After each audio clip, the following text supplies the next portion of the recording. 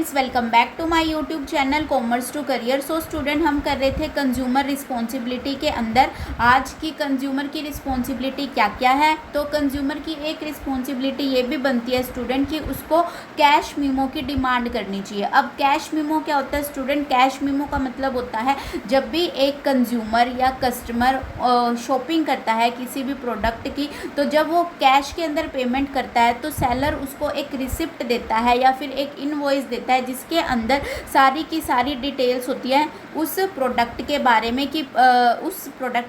कि वो प्रोडक्ट का नाम क्या है या उस सर्विस का नाम क्या है, उसका प्राइस क्या है, उसके ऊपर टैक्स कितना पे किया, उसकी क्वांटिटी क्या है और डेट, कौन सी डेट को वो जो प्रोडक्ट है कंज्यूमर ने परचेज़ किया, और कंज्यूमर का नेम वगैरह होता है। तो जब भी आप कभी भी किसी शॉप पर जाते हो तो आपको कैश मीमो की डिमांड करनी चाहिए। ये एक तरीके से बिल होता है जो कि आपको सेलर देता है जब भी आप कोई ना कोई प्रोडक्ट लेते हो या कोई ना कोई सर्विस लेते हो।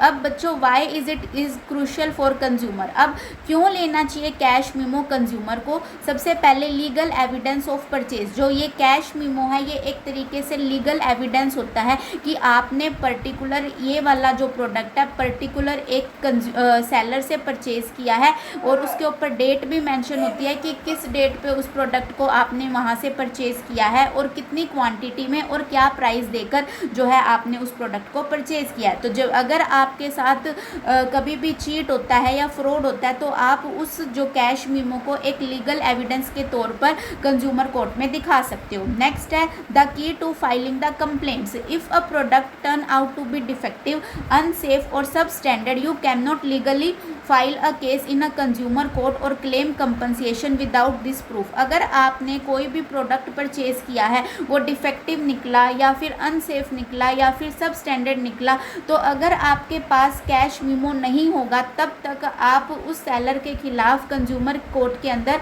कंप्लेंट फाइल नहीं कर सकते हो। नेक्स्ट है स्टूडेंट कि सेलर ऑब्लिगेशन। सेलर ऑब्लिगेशन का मतलब होता है legally a seller is bound to issue a cash memo for every sale even if the buyer forget to ask for it. और ये सेलर की जिम्मेवारी होती है, किसी भी सेल्समैन की जिम्मेवारी होती है, बिजनेसमैन की जिम्मेवारी होती है कि कभी भी कोई कंज्यूमर या कस्टमर उसकी शॉप पर आता है और कोई भी प्रोडक्ट परचेज करता है या सर्विस लेता है तो उसको बिना बोले ही बिल उसको बनाकर देना चाहिए, यानी कि कैश मीमो उसको बनाकर देनी चाहिए, चाहे बायर वो कैश मीमो मांगना भूल ही गया हो। तो कैश मीमो का मतलब होता है स्टूडेंट एक तरीके से बिल। जब भी कोई कंज्यूमर कभी भी कोई प्रोडक्ट परचेज करेगा कैश के अंदर तो उसको कैश मीमो लेना चाहिए, जिसके अंदर जो भी उसने प्रोडक्ट या सर्विस लिया उसके बारे में डिटेल इन्फॉर्मेशन होती है, और ये हेल्प करता है किसी भी कंज्यूमर को कंपनसेट करने में और कोई भी कंज्यूमर कोर्ट के अंदर कोई भी केस फाइल करने में। आई होप स्टूडेंट आपको कैश मीमो का